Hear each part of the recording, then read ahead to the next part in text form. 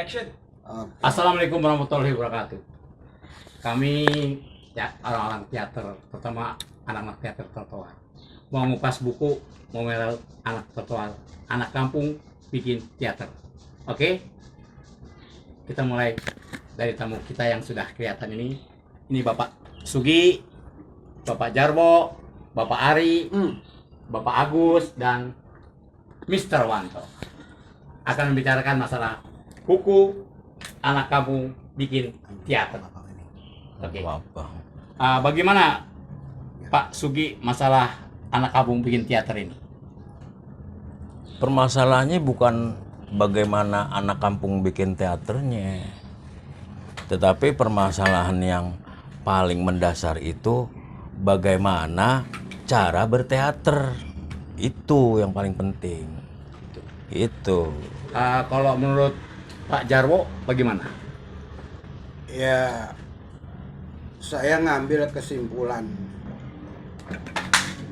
selama ini trotoar itu oke lah, sebuah teater yang kekuatan improvisasinya itu hebat, tapi dasar-dasar sebuah seni perannya itu yang nggak melekat. Jadi perlu kita belajar lagi. Belajar trotoar itu harus belajar seni peran. Seni peran itu kan suatu seni yang memerankan tokoh orang lain ke dalam diri kita. Nah, itu yang belum kita dapetin.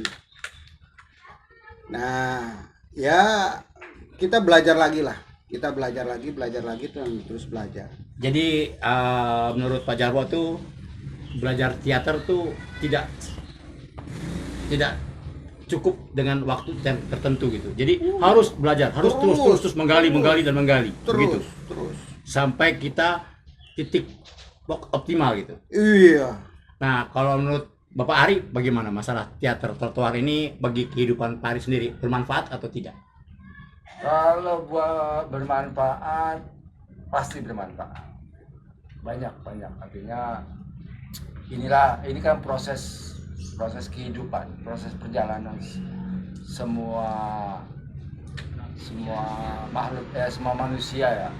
Ya kebetulan ini kita lagi menjalani episode ya, jadi aktor, artis di kesenian, gitu. Ada di bidang lain. Jadi saya lihat teater trotoar ini khususnya ya kita bersatu bersama belajar berekspresi, menggali kemampuan yang ada di diri masing-masing.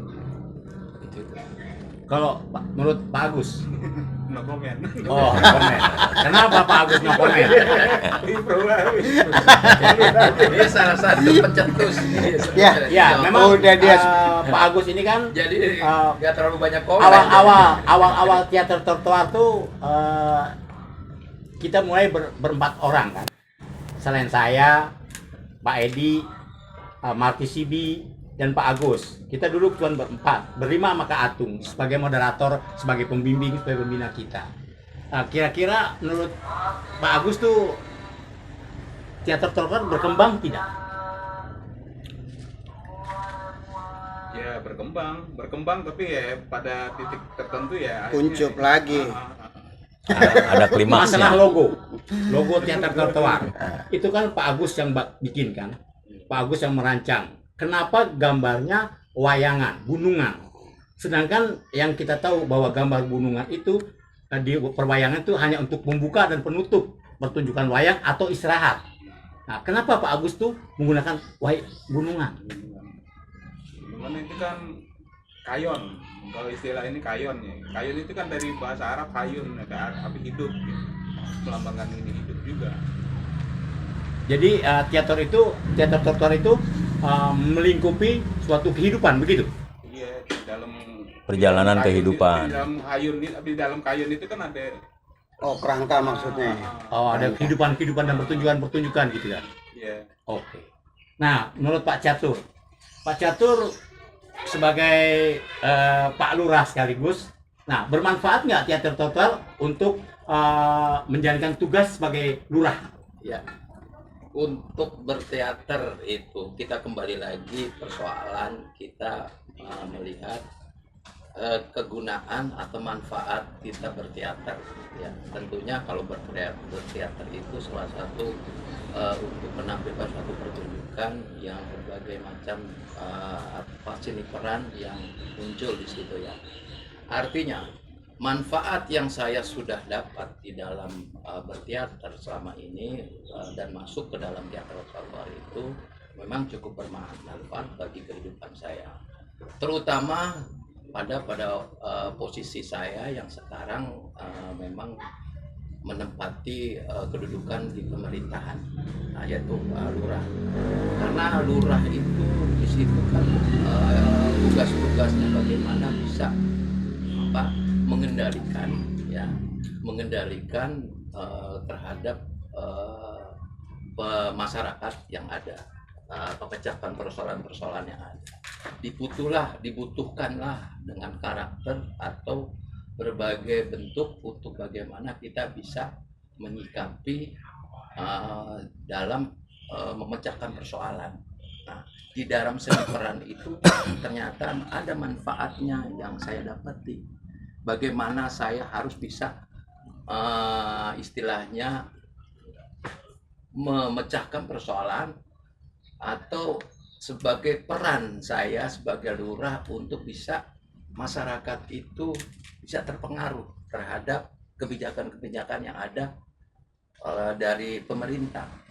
Jadi disitulah saya bermain dengan peran, bagaimana peran bisa memotivasi kepada mereka, berperan untuk bisa ada permasalahan kita bisa pecahkan. Jadi bermacam karakter masyarakat itu macam-macam modelnya. Jadi ada yang keras, ada yang lembut, ya, ada yang pendiam. Nah, bagaimana supaya dia masuk?